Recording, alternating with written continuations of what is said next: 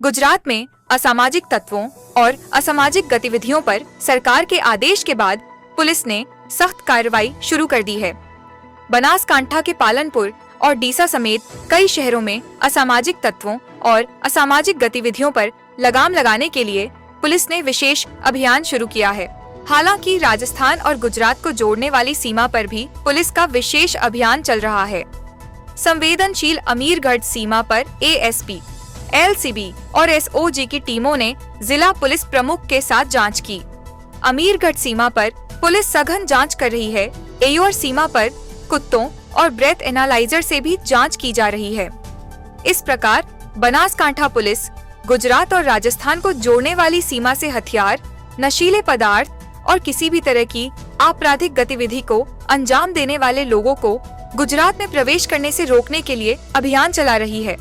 221 असामाजिक तत्वों की सूची तैयार की गई है और जो लोग अवैध रूप से रह रहे हैं या अवैध रूप से कब्जा किए हुए हैं, उन पर जवाबदार विभाग के साथ पुलिस मिलकर कार्यवाही करेगी। फिर वो भूपेंद्र दादा के बुलडोजर वाली कार्यवाही भी हो सकती है।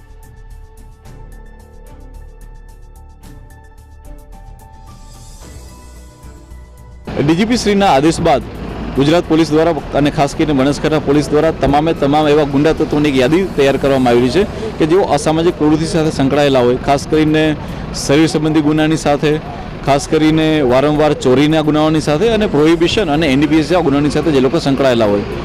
આ ઉપરાંત બનાસકાંઠા જિલ્લો જે છે એ રાજસ્થાનની સાથે આશરે 285 કિલોમીટર જેટલી એક લાંબી બોર્ડર ધરાવે છે અને ઘણી મહત્વની અને મોટી ચેકપોસ્ટ જે છે એ બનાસકાંઠાની અંદર આવેલી હોય। આ તમામે તમામ ચેકપોસ્ટો ઉપર પોલીસની સંખ્યાને વધારી અને ત્યાં જે છે એ વ્હીકલ ચેકિંગ હાથ ધરવામાં આવેલું છે। ખાસ કરીને એલસીબીની ટીમને લગાડી લોકલ પોલીસની સાથે રહી આવા લોકો કે જે કોઈ લિકરનું સેવન કરીને આવતા હોય કે નશાની હાલતમાં આવતા હોય એવા તમામે તમામ લોકોને બ્રેથ એનાલાઇઝરનો ઉપયોગ કરીને હાલમાં ચેક કરવામાં આવી રહ્યા છે। આ સિવાય મોટા ટ્રકોમાંથી કે કોઈ પણ નાની ગાડીમાંથી પણ જો માદક પદાર્થો જઈ રહ્યા હોય તો એનું સઘન ચેકિંગ થાય એના માટે એસઓજીની ટીમને સ્નિફર ડોગની સાથે રાખીને હાલમાં ચેકિંગ કરવામાં આવી રહ્યું છે। આ રીતે જોવામાં આવે તો તમામે તમામ ચેકપોસ્ટો ઉપર ખૂબ મોટી સંખ્યામાં પોલીસ અને જીઆરડીના માણસો દ્વારા એક મોટું હાલમાં ચેકિંગ કરવામાં આવેલું છે, જેથી કરીને કોઈ પણ અસામાજિક તત્વ જે છે એ આપણી બોર્ડરમાંથી કોઈ પણ જગ્યાએથી એ નશીલા પદાર્થોને એ અંદર ના લઈ જવી શકે। 2025માં બનાસકાંઠા પોલીસ દ્વારા જે પ્રોહિબિશનની કામગીરી કેવી રીતે? હું આપ લોકોને જણાવવા માંગીશ કે માત્ર 2 જ મહિનાની કામગીરીને જો ગણવામાં આવે તો એ બનાસકાંઠા પોલીસ દ્વારા ખૂબ સારી કામગીરી થઈ છે।